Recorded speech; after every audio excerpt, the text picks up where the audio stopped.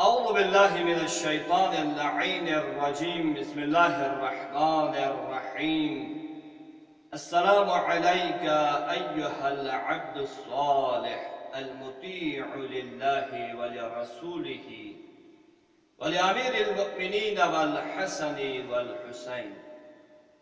ناظرین کرام، سب سے پہلے آپ تمام عزیزوں کی خدمت میں باب الحسین، باب الکرم، باب الوفا، باب الحوائج قبر بنی ہاشم حضرت ابوالفضل عباس سے علمدار کی ولادت با سعادت کے حوالے سے تبریک و تہنیت عرض کرتا ہوں۔ اس کے بعد حضرت عباس علمدار کے القابات میں سے ایک لقب باب الحوائج ہے۔ آج ہم اسی حوالے سے گفتگو کریں گے کہ حضرت ابوالفضل عباس کو باب الحوائج کیوں کہا جاتا ہے؟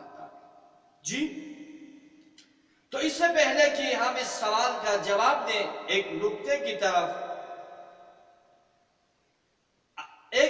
کی طرف آپ لوگوں کی توجہ مبذول کرنا چاہتا ہوں، وہ یہ ہے کہ یہ لقب ایک ایسا دل نشین لقب ہے کہ آج بھی حضرت ابوالفضل عباس کے عقیدت مند حضرات حضرت عباس کو اسی لقب سے یاد کیا جاتا ہے، گویا یہ لقب آپ کا دوسرا نام بن چکا ہے۔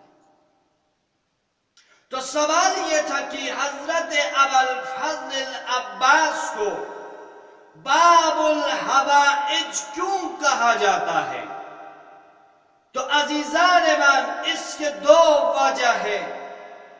اگر حضرت عباس کو ابوالفضل باب الحوائج کہا گیا ہے تو اس کے دو وجہ ہے۔ پہلا وجہ یہ ہے کیونکہ حضرت ابوالفضل عباس نے واقعہ کربلا میں روز عاشوراء کے دن اہل بیت اطہار کے تمام مشکلات کو حل کر دیا ہے، مشکلات کی گھڑی میں ان کا سہارا بنا ہے، ان کی حاجت روائی کی ہے۔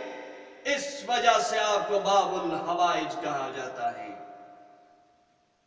دوسری وجہ جس کی وجہ سے آپ کو باب الحوائج کہا جاتا ہے وہ یہ ہے کہ آج بھی آپ کا روزہ تمام زائرین کے لیے، تمام عقیدت مندوں کے لیے، تمام گرفتار مند لوگوں کے لیے، تمام حاجت مند لوگوں کے لیے حاجت روائی کا مرکز اور محور بنا ہوا ہے۔ اس وجہ سے آپ کو باب الحوائج کہا جاتا ہے۔